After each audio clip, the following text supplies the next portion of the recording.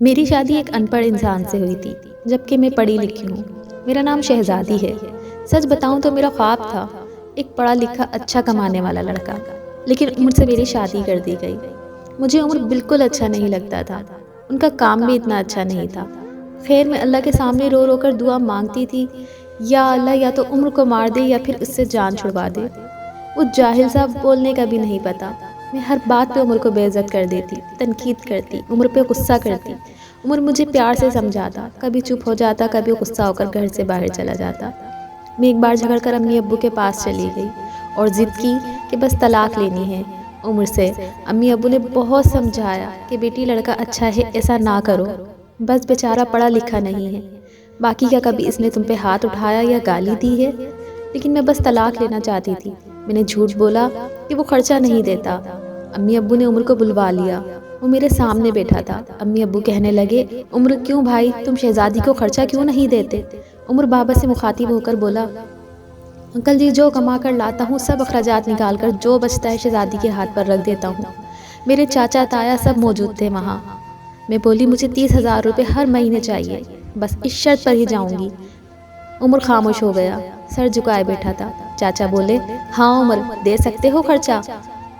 کچھ لمحے عمر خاموش رہا، پھر میری طرف دیکھنے لگا، لمبی سانس لی اور بولا، ٹھیک ہے، میں شہزادی کو 30,000 روپے دوں گا ہر مہینے۔ میں نے دل میں سوچا، دیکھنا کیسا جینا حرام کروں گی تمہارا۔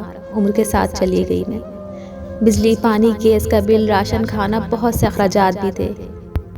عمر سے جب بھی پوچھا کیا کام کرتے ہو تو کہتا گورنمنٹ آفس میں کام کرتا ہوں۔ اس کے علاوہ نہ میں نے کبھی پوچھا نہ انہوں نے بتایا۔ خیر عمر مجھے ہر مہینے 30,000 روپے دیتا۔ ایک دن میں نے کہا، مجھے آئی فون لے کر دو، میں بس تنگ کرنا چاہتی تھی کہ عمر مجھے طلاق دے دے۔ عمر مسکرانے لگا، میرے پاؤں پکڑے اور بولا، شہزادی لے دوں گا، پریشان نہ ہو، تم بس مجھے چھوڑ کر جانے کی بات نہ کیا کرو، جو کہو گی کروں گا۔ میں کبھی کھانے میں مرچ ڈال دیتی تو کبھی زیادہ نمک۔ وہ تھکا ہارا کام سے آتا، کھانا کھا کر بے ہوشوں کی طرح سو جاتا۔ نہ جانے کون سا کام کرتا تھا کہ اتنا تھک جاتا تھا۔ میں جتنی نفرت کرتی تھی اس جاہل سے، وہ اتنی ہی محبت کرتا تھا مجھ سے۔ میں ایک دن اپنی دوست کے ساتھ کار میں شاپنگ کرنے جا رہی تھی، شہر کے سب سے مہنگے اور بڑے مال میں۔ جب ہم ایک بس اڈے کے پاس سے گزرے تو جو لمحہ میری آنکھوں نے دیکھا اس نے مجھے بے جان کر دیا۔ وہ عمر جس سے میں بہت نفرت کرتی تھی، جس کو میں جاہل ان پڑھ کہتی تھی، جس کو کبھی میں نے پیار سے کھانا تک نہ دیا تھا، جس کا کبھی خیال تک نہ کیا تھا، جس کا حال تک نہ پوچھا تھا، جسے میں انسان ہی نہیں سمجھتی تھی، جسے میں قبول ہی نہیں کرنا چاہتی تھی، وہ عمر سر پہ بوجھ اٹھائے کسی کا سامان بس پہ چڑھا رہا تھا۔ ٹانگیں کانپ رہی تھی، پرانے سے کپڑے پہنے، پسینے سے شرابور، پاؤں میں ٹوٹی ہوئی جوتی پہنی تھی۔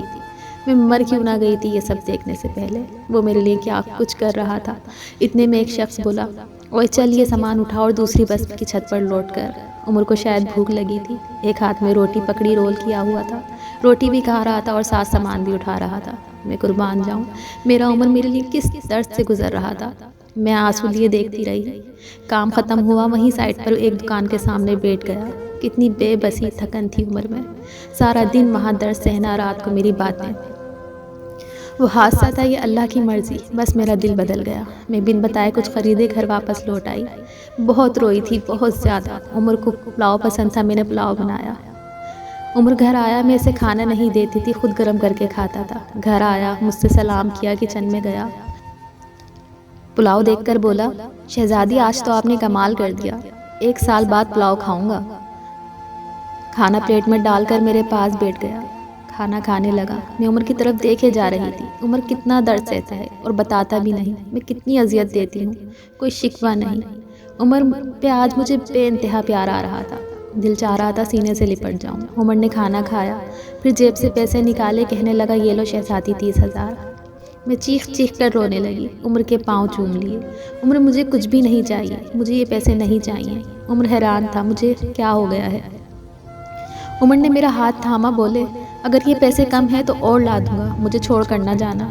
کہنے لگے، شہزادی بہت بولی ہو تم، پاگل، تم بچھڑنے کے بعد کہاں بھٹکو گی، خدا جانے، بہت پیار کرتا ہوں نا تم سے، اس لیے تم کو خود سے دور نہیں کر سکتا۔ میں عمر کے سینے سے لگ گئی۔ آج مجھے نہ کوئی آئی فون چاہیے تھا، نہ کوئی بڑا گھر گاڑی، مجھے اب دنیا کی کوئی خبر نہ تھی۔ میری دنیا عمر بن چکا تھا۔ ہم عورتیں کیسے منہ پھاڑ کر کہہ دیتی ہیں کہ جب کھلا نہیں سکتے تو شادی کیوں کرتے ہو؟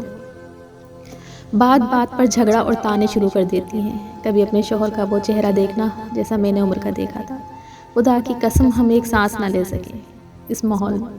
یہاں مرد اپنی فیملی کے لیے خود کو قربان کر دیتا ہے۔ جتنا شوہر کماتا ہے اس پہ خوش رہو، پیسہ سب کچھ نہیں ہوتا۔ خدا کی قسم مجھے بڑی گاڑیوں اور اے سی والے محل میں وہ سکون نہیں ملا جو سکون مجھے عمر کی باہوں میں آتا ہے، جو سکون عمر کا سر دبانے میں آتا ہے، جو سکون عمر کی پسند کے کھانے بنانے میں آتا ہے۔ ہم سفر کی بے بسی کو سمجھو تو صحیح، دیکھو تو صحیح، آپ کبھی جھگڑا نہیں کرو گی۔ عمر اب میری زندگی ہے اور میں عمر کی شہزادی۔